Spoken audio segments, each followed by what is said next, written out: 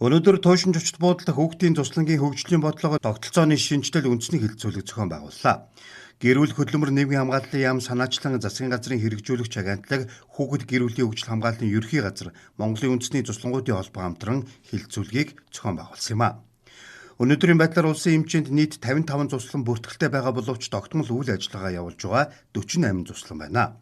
2024 онд нийт 61 мянган хүүхэд тусланд амарчээ.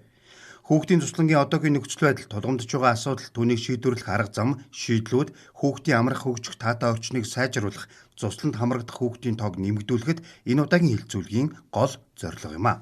Яг боловсролын салбар хүүхдийн туслангуудтай яаж ажиллаа уялдуулж холбогдож ажиллах вэ гэдэг чиглэлээр мэдээлэл, боломжуудын талаар мэдээлэл өглөө. Тэгэхээр ерхий боловсролын сургуулийн хичээлээс гадуурх үйл ажиллагааны хөтөлбөр гэж байдаг. Өөрөөр хэлбэл танхимын бус сургалтаар хүүхдүүд хэрхэн дадал чадвар эзэмших вэ гэдэг 8 чиглэлээр бас энэ хөтөлбөрийг баталж гаргасан байдаг. Тэгэхээр ерхий боловсролын сургуулийн хичээлээс гадуурх үйл ажиллагааны хөтөлбөрийг туслангийн хөтөлбөртэй уялдуулснаар хүүхдүүд танхимд олж авсан мэдлэгээ танхимын бус аргаар баталгаажуулах, мэдлэг дадал чадвар болгож үлдээх ийм боломжууд байгаа юм байна гэдгийг талаар бол солилцлоо. За дээрэс нь 2022 оноос эхлээд ялангуяа цэцэрлэг ерхий боловсролын сургуулийн хувьсах зардлын аргачлал өөрчлөгдсөн. За энэ аргачлал дээр танхимын бус сургалтын зардал, за эрүүл мэндийн онцлогооны зардал, за дээрээс нь хүүхд хамгааллын зардлуудыг хувьсах зардал дээр тусгаж өгсөн. Тэгэхээр одоо сургуулиуд энэ зардлаа юунд зарцуулж байна вэ гэхээр яг хичээлийнхаа хөтөлбөр агуулгатай уялдуулаад хүүхдүүдтэй кино үзүүлэх, музей үзүүлэх гэх мэтлэн байдлаар ингээд бас зарцуулж байгаа. Тэгэхээр цаашдаа бол энэ зардлыг нэмэгдүүлэх замаар хүүхдүүд зуныхаа хамралтаар дархлаагаас сэргээх, бусад найз нөхдөдөө хөгжих боломжтойгоор энэ зардлыг бас нэмэгдүүлж, за энийгээ бол хүүхдийн туслангууд түшгэлж хэрэгжүүлдэг байж болох юм а гэсэн ийм байдлуудаар бол өнөөдрийн хилцүүлэгт боловсролын салбар мэдээлэл өгч оролцож байна. Монгол улсад 1926 онд анхны гэр туслан ажиллаж хүүхдүүд амарч байсан баримт хүүхдийн тусламгийн түүхийн хуудсыг нээсэн байдаг. 1960-аас 1989 онуудад нийслэл, аймаг, орон нутаг, нэгдэл, сангийн аж ахуй үйлдвэр албан байгууллагууд хүүхдийн туслан олноор барьж байгуулж байсан нь оргил үе гэж үздэг юм а. 1990 оноос өрнсөн өмч хувьчлалт хүүхдийн туслан жагсаалтын ихэнд өртөж хувьчлагдсан. Энэ үеэс хүүхдийн туслангийн талаар авч хэрэгжүүлэх бодлого орхигдож, тогтолцоо нь алдагдсан гэж хэлж болох юм а.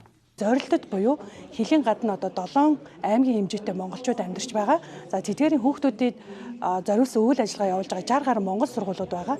За 300 орчим багш нар энд бас үйл ажиллагаа явуулж байгаа. Эдгээр багш нарыгаа бас эх орондын зуны улиралд хүүхдүүдийн эх оронд нь хүлээж авч, за монголчуудынхаа язгуур хэл болох үндэсний хэл бичиг, за монгол соёлыгоо бид нар яг тухайн нутагт нь яг ийм органик орчинд за ямар нэг тог цахилгаан хэрэглэхгүйгээр яг дэлхийн нийтийн санаачлан хэрэгжүүлж байгаа доктортой хөгжлийн зорилтын дагуу байгальтай ээлтэй, за мөн чанартай боловсрал буюу яг хүүхдэд зориулсан тусгай хүүхэд бүхэнд зориулсан нэг хичээлийн тийм хөгжүүлэх хөтөлбөрийг бас хэрэгжүүлж байгаа гэдгээр бас онцлог байна. За тэгээ өнөөдрийн хилцүүлгээс бол бид нар ямар үр дүн хүлээж байгаа гэх юм бол за энэхүү хөтөлбөрийг бид нар Монгол улсдаа зөвхөн хилийн гадна байгаа монголчуудын хүүхдүүдийг хүлээж авч ирсэн бол одоо бид нар 2025 оноос эхлээд за Европын холбоонд амьдарч байгаа 17 элчин сайдын яамтай хамтарсан дэлхийн монголчууд гээд арга хэмжээндээ энэхүү нүүдлийн соёлын боловсрол хөтөлбөрөө бид нар Бельги улсын нийслэл Брюссел хотод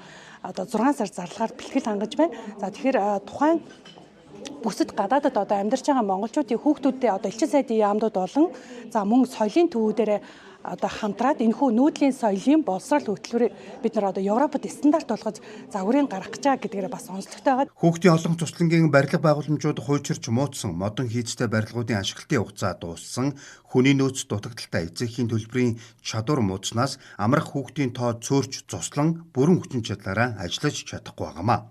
Иймд үүнийг өөрчлөхийн тулд салбар дундын уялдаа холбоог сайжруулж хүүхэд бүрийг тусланд амруулахад голлон анхаарч ажиллах нь чухал байгааг салбарын төлөөлөл үзэж байлаа.